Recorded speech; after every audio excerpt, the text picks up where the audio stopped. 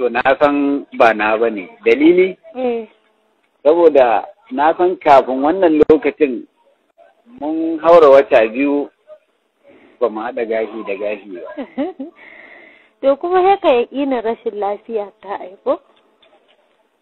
To ai yaƙinin rashin lafiya ki misali ai na gaya miki. Kaje rashin lafiya ki bayan mun dawo kika yi ta wannan kwanciya. Bayan dawowar mu ne. Ni ki gane ni fa alfarma na nema.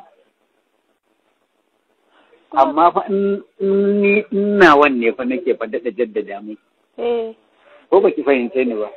Wallahi tallahi ta suka ko wata ɗaya bai rufa ba zai matsalar cirewa ba. Kenan. Ka gane? Na ji.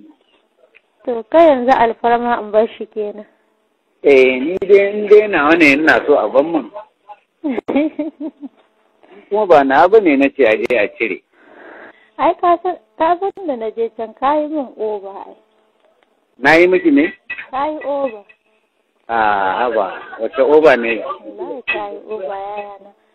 Ai ba zan kuma yadda da wannan agarimin din da kai mun ba. Saboda me? Saboda na shayi. Yau me ne miki? Wallahi ba abin da ne miki. Sawu biyu? Ai fa dai. Sawu biyu ne fa. Babu ba.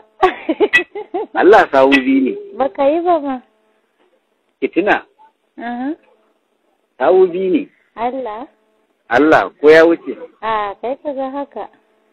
To ai ni ba zan iya ganiya ba. Amma dai ni a yaƙini na sawu biyu ne. Sawu 4 ne. Haba. Allah. 4? Haba ɗan wata biyu muka. Wallahi 4 ne. Kin ga sawun farko shine bayan mun gama muka tsaya muka ci abinci. To ko bayan mun ci abinci kuma ka ƙara sawo ɗaya. Ba shi kenan ba abin da aka yi? Wallahi.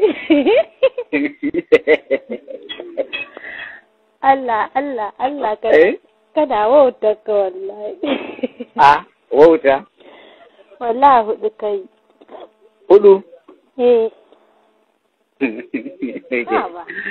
Ai ka zama boss wallahi. Yau 4 to guda nawa yake dan dai 4 ne.